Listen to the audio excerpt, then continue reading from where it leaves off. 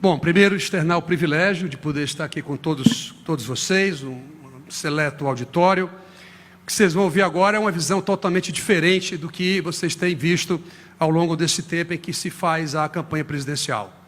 Porque além da minha vivência acadêmica com meus alunos lá no doutorado, eu venho há 20 anos como secretário de Estado, há 12 anos como secretário da Fazenda. Portanto, sei o que é uma carga tributária elevada, a dificuldade de cumprir toda a legislação, o que é, como é difícil para o compliance compreender o extraordinário volume de obrigações acessórias que uma empresa tem todo dia para poder não ser autuado ou não ser penalizado em relação a essas questões. Primeiro ponto é que todo mundo fala que ajuste fiscal é importante, mas ninguém tem coragem de pontuar como vai fazer para resolver essa questão. O Brasil tem um déficit primário de 130 bilhões de reais. Tem uma dívida mobiliária que não é de 3 trilhões e 600 bilhões, como diz o Tesouro. Na realidade, no país, como o Banco Central não tem título próprio para fazer política monetária, quem faz a emissão desse título é o Tesouro e, consequentemente, os juros que incidem sobre esses títulos, eles são de responsabilidade do Tesouro. Isso explica por que o Brasil paga 400 bilhões de reais de juros por ano. Terceiro, o ajuste fiscal é muito mal vendido no país. Ajuste fiscal, para fazer isso no meu estado, a gente tem que dizer que ajuste fiscal, ele não é um fim em si mesmo. Não é só o corte disso e daquilo. Ajuste fiscal é você dotar o Estado de condições de investir, de atender às demandas da população, de reformular a questão educacional, como nós fizemos das 100 melhores escolas de ensino fundamental no Brasil, 77 estão localizadas lá. É o Estado ter condição de fazer toda uma remodelagem do atendimento de saúde. E, aliás, lá nós fizemos medidas importantes que recuperaram a capacidade de investimento e hoje nós somos, quando você olha a receita de cada estado, o maior investidor do Brasil.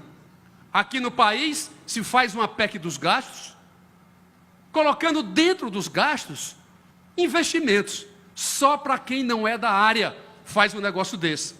Porque quais são as despesas primárias? Pessoal, custeio, previdência e investimento.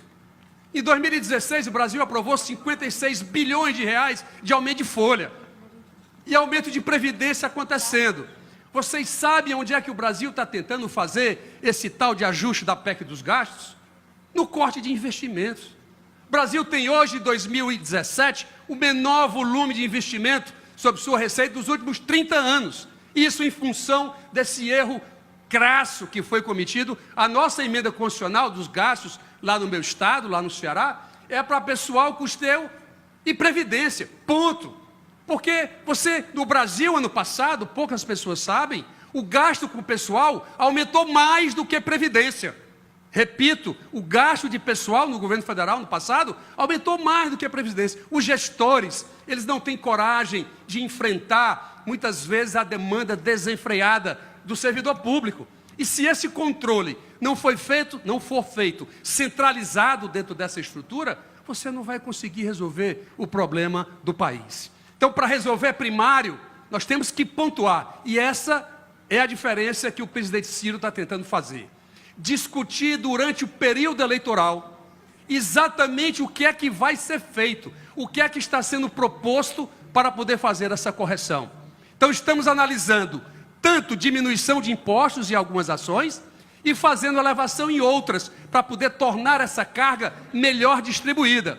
De 1 trilhão e 900 bilhões da arrecadação dos 32,4% da carga tributária brasileira, 1 trilhão e 45 bilhões é imposto sobre consumo, que é o imposto mais perverso, mais regressivo. E isso precisa ser consertado. Ao mesmo tempo que temos que olhar do outro lado. Será que está certo o Brasil não cobrar imposto de renda na distribuição de lucros e dividendos? Somente o Brasil e a Estônia não fazem essa cobrança. Recentemente, uma determinada empresa do sistema financeiro acaba de distribuir 9 bilhões de reais para seus familiares, um pagamento de zero de imposto de renda. Mesmo que para isso seja necessário, e nós estamos pensando em fazer isso, recalibrar para baixo o imposto de renda à pessoa jurídica. Estamos fazendo essa simulação exatamente para compreender isso. Não se discute o imposto sobre heranças e doações. Eu, quando fui fazer meu doutorado, perguntei ao meu professor por que a cultura americana era tão arraigada na doação. Aí o aluno sai da universidade, vira rico, aí ele doa para a universidade 40 milhões de dólares, 50 milhões de dólares, e eu perguntei para ele de onde vinha essa cultura antropológica que fazia. Ele disse, não, meu caro Benevides, não é assim não.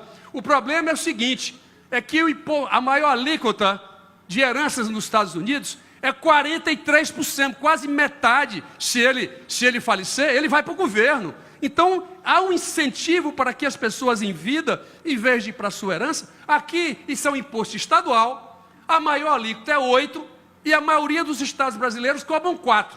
Só para vocês terem ideia, exatamente o que é que nós estamos pensando para distribuir melhor essa carga, que infelizmente não necessariamente o aumento, mas recompor a sua estrutura que lá está sendo feita.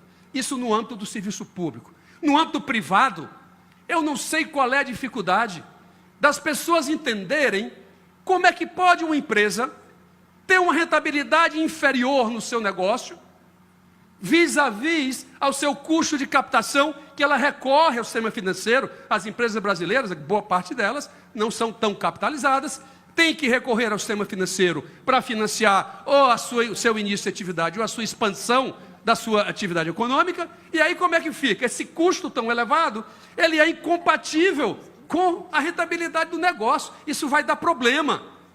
Aí todo mundo quer que aumente o investimento. Obviamente que tem que ter o setor público passando sinais de sustentabilidade fiscal. O Brasil está diminuindo a Selic, não é só porque a taxa de juros foi elevada, não. Nós tivemos a maior recessão desde a crise de 1929, 7,4%, 15 e 16, que o Brasil decaiu. Isso não tem precedentes na história.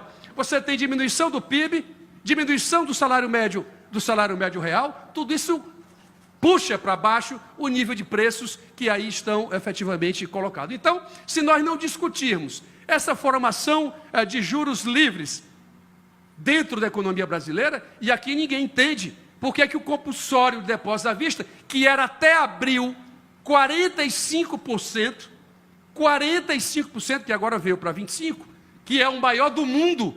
Não existe nenhum país no mundo que tenha uma dimensão de compulsório. Eu sei que a segurança do sistema bancário é importante, o Banco Central precisa fazer isso, mas a magnitude está além da conta.